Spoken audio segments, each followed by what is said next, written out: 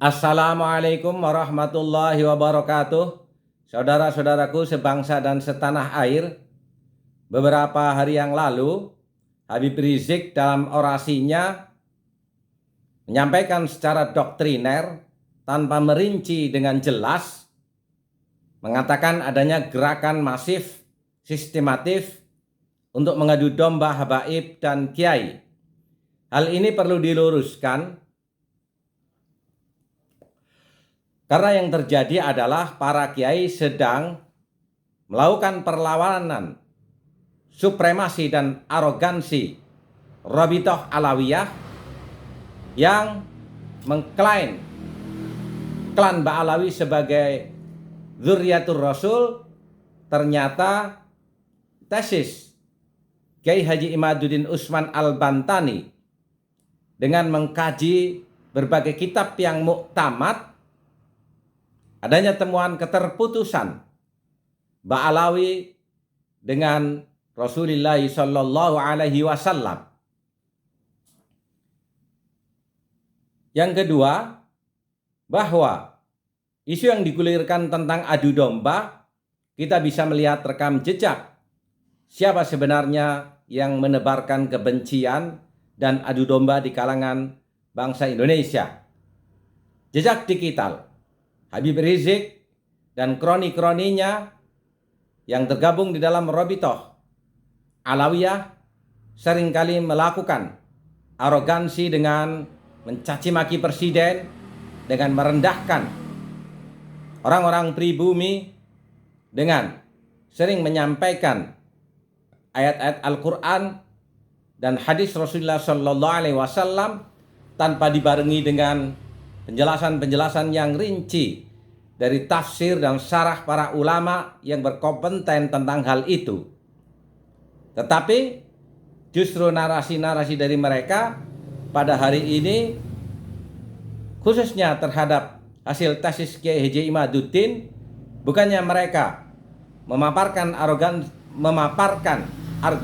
argumentasi, bukannya dengan membantahnya dengan kajian ilmiah yang serupa, tetapi melakukan penggiringan opini seolah-olah yang dilakukan oleh para kiai ini adalah sebuah bentuk kebencian terhadap klan Ba'alawi. Ini satu hal yang sangat naif, karena kajian ilmiah harus dibantah juga dengan kajian ilmiah, bukan dengan tuduhan-tuduhan dan penggiringan opini yang mengarah kepada perpecahan. Di luar itu, Habib Rizik dan kroni-kroninya juga sering sekali mengklaim dirinya seolah-olah yang paling ahlu sunnah wal jamaah. Padahal kita tahu pengangkatan dirinya sebagai imam besar sama sekali tidak ada dalam referensi hasanah keilmuan ahlu sunnah wal jamaah. Kalau kita runut, konsep ini lebih tepat mengadopsi terhadap konsep imamahnya Syiah, bukan dari ahlu sunnah wal jamaah. Dan konsekuensinya dari adanya kepemimpinan tunggal sebagai imam besar menciptakan dalam sebuah komunitasnya at-ta'assub, atau menjadikannya dia seorang tokoh tunggal atau as-sayyid, pemimpin yang memiliki otoritas. Ahlussunnah wal jamaah tidak memiliki konsep bahwa urusan sosial keagamaan yang begitu sangat kompleks dan urgen dipasrahkan kepada orang per orang. Karena otoritas tunggal di dalam agama Islam hanya dimiliki oleh Rasulullah Shallallahu Alaihi Wasallam.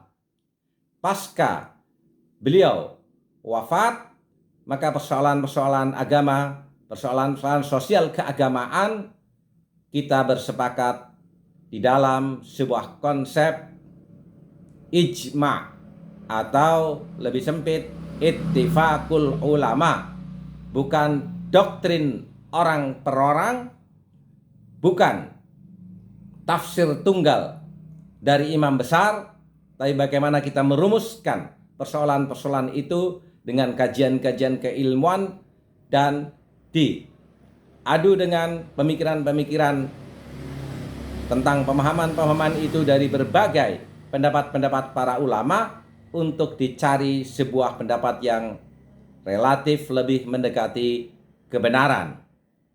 Inilah kita sebagai warga negara Indonesia yang memiliki kultur tradisi keilmuan semenjak dahulu dan memiliki etika sopan santun, kembalilah ke jati diri kita sebagai bangsa yang besar, menghormati terhadap